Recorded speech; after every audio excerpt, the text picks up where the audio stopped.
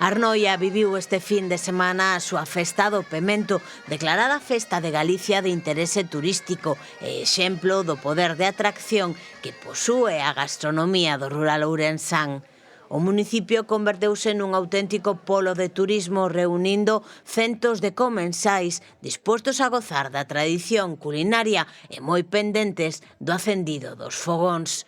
Nas cociñas ao aire libre os voluntarios prepararon o produto estrela, fritíndose sen descanso inmensas cantidades de pementos verdes en grandes tixolas metálicas, perfectamente acompañados por enormes bolas de pan tradicional. O ambiente festivo completouse coa música.